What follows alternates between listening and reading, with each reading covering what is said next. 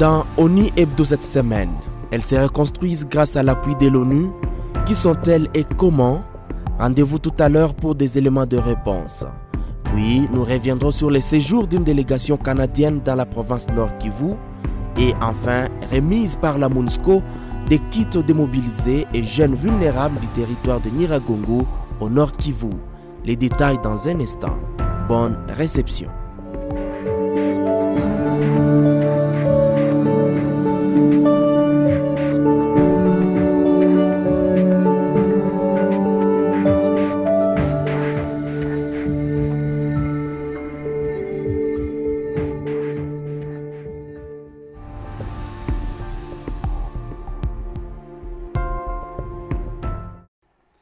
We at United Nations are mobilizing to tackle sexual exploitation and abuse in our ranks and ensure that the rights and dignity of victims are front and center.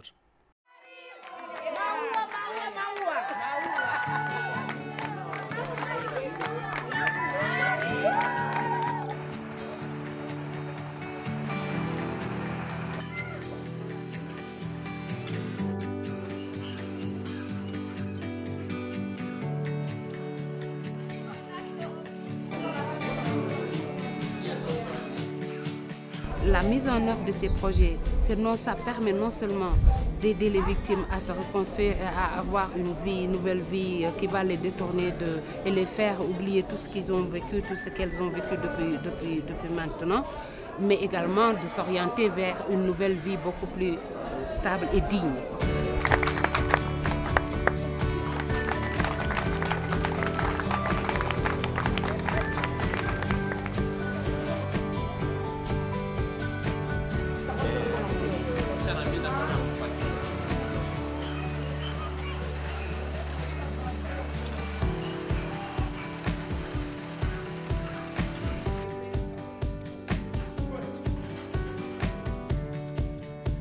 Mabadiliko ya maisha nishakuwa nayo juu kwanza nishajua jitafutia kupitia hiyo ya mikate. Yaani walinifundisha kutengeneza mikate. Kweli nikaviweza. Maisha nilikuwa nayo zamani na leo iko shanje. Mabadiliko ishakuwa juu nishayua nishashona masakoshi zangu nitaujisha. Nitapata franka itanisaidia na batoto kwa nyumba. Nitasomesha batoto. Iko na faida.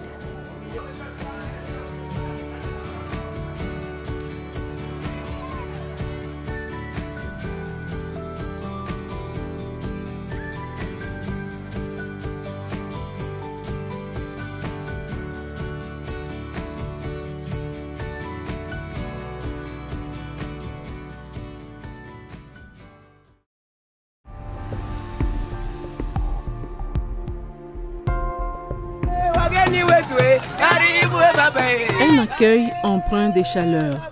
Nous sommes à Kizimba, un site de déplacés internes dans le territoire de Rutshuru au Nord Kivu. Les déplacés accueillent une délégation canadienne de haut niveau conduite par la ministre du Développement international Karina Gould. La délégation est accompagnée du représentant spécial adjoint du secrétaire général de l'ONU en RDC, coordonnateur résident et coordonnateur humanitaire David McLachlan, car et d'une équipe de l'Organisation internationale des migrations OIM. Le camp des déplacés de Kizimba s'étend sur une superficie de 6 hectares et accueille 952 ménages totalisant 2749 personnes. Les plus anciens sont arrivés sur place en 2013, le plus récent il y a 2 semaines. Karina Gould a sillonné le site, a rencontré les représentantes des femmes qu'elle a longuement écoutées. Elle a aussi rendu visite à des déplacés nouvellement arrivés.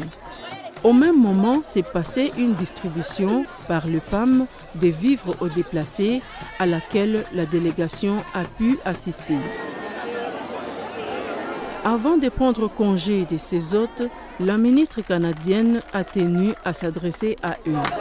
Nous avons tous écouté vos besoins, ce que vous avez expérimenté et ce que vous avez demandé. Et on va bien sûr y penser et travailler avec l'OIM pour assurer qu'on pourrait améliorer un petit peu la vie. L'assistance canadienne est déjà manifeste en RDC. L'un des principaux domaines qui bénéficient de cette assistance est le secteur de la santé, à travers l'UNICEF notamment. Le centre de santé Afia Himbi, sise dans le quartier Himbi de Goma, est l'un des destinataires des fonds canadiens.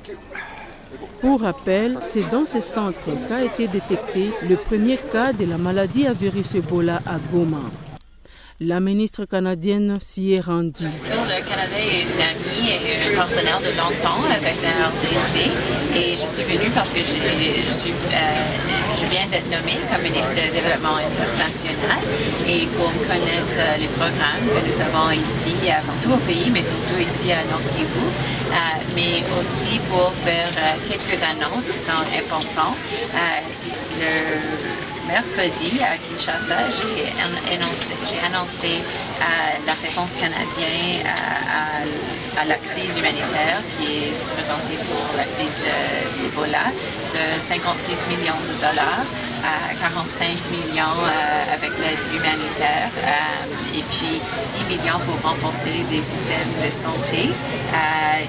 Et bien sûr, le Nord-Kivu fera partie de ce programme.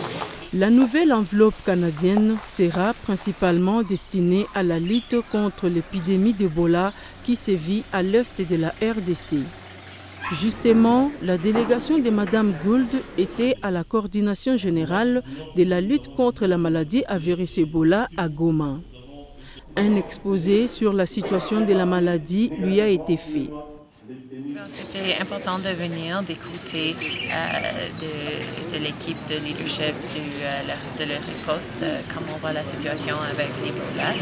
Alors c'était important d'écouter de tous les partenaires qui sont involucrés, tant que le gouvernement congolais, que l'UNICEF et l'Organisation Santé mondiale et les autorités locaux.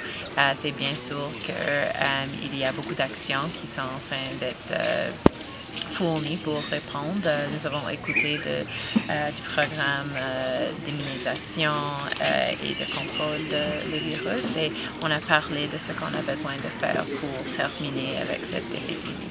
Que nous saluons que cet appui vient dans le sens du renforcement du système de santé. On ne le dit pas assez souvent. À côté de la maladie à virus Ebola, nous avons aussi d'autres épidémies comme la rougeole, comme le choléra. C'est à travers ce système qu'on arrivera justement à contenir toutes ces épidémies et arriver à améliorer l'état de santé de la population. Donc, nous sommes très heureux justement que cette enveloppe allouée à la RDC puisse avoir un volet important du renforcement du système. Alors, l'équipe est très impliquée pour appuyer la riposte Ebola dans les différents pays. Et aujourd'hui, la visite de son Excellence entre également dans ces mêmes cadres d'appuyer et comme il a dit, cet appui qui va intervenir pour consolider les actions que nous sommes déjà en train de mener ici. Donc c'est pour nous une bonne intervention qui va aider à mettre fin à cette crise. Durant son séjour à Goma, Karina Gould a effectué un certain nombre d'autres visites. Elle était à la MONUSCO où elle a rencontré les responsables civils et militaires. Au menu, la situation des droits de l'homme, la situation sécuritaire et humanitaire. Auparavant, elle a été reçue en audience par le gouverneur Karl Nzanzu Kasivita, à qui elle a exposé l'objet de sa mission au Nord-Kivu.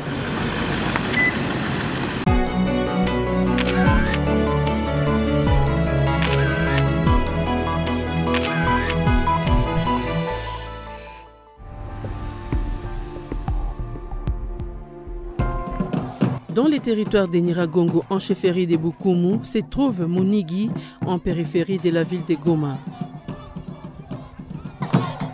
Il est reconnu comme l'un des quartiers les plus déshérités, mais aussi reconnu pour son insécurité notoire.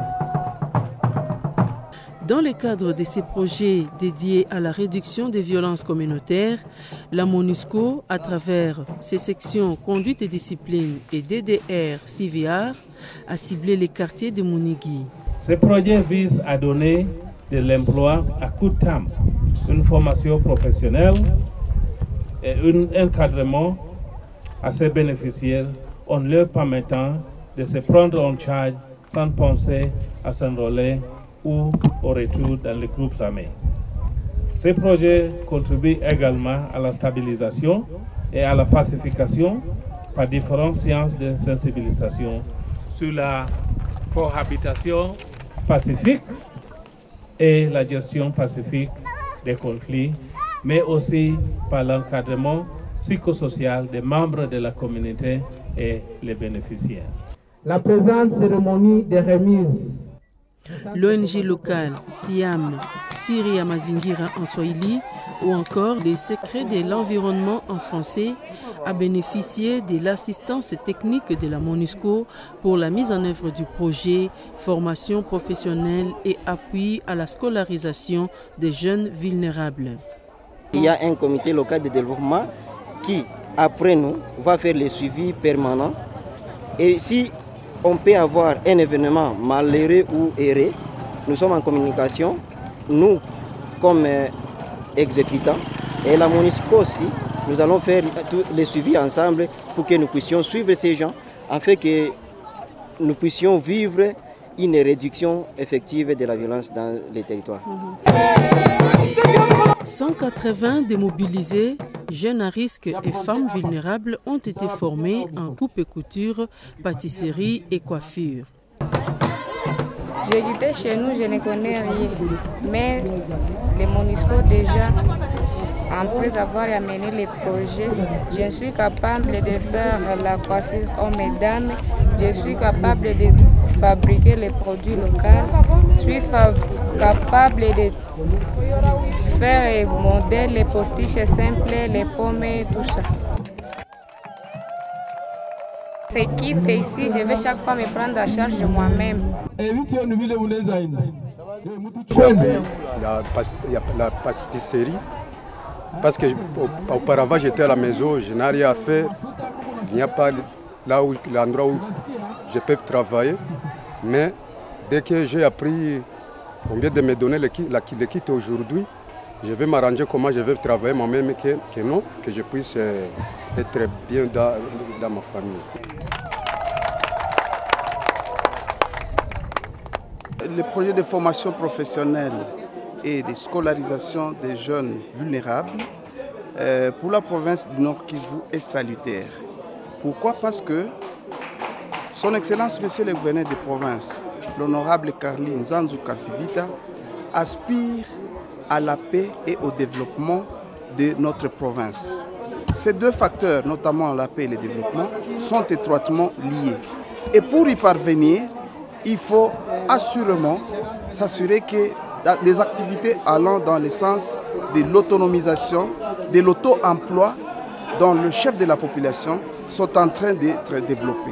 À l'issue de leur formation et afin de concrétiser la volonté de la MONUSCO de voir les démobilisés et les jeunes vulnérables s'approprier leur autonomisation, chacun des bénéficiaires a reçu un kit de réinsertion conforme à sa formation.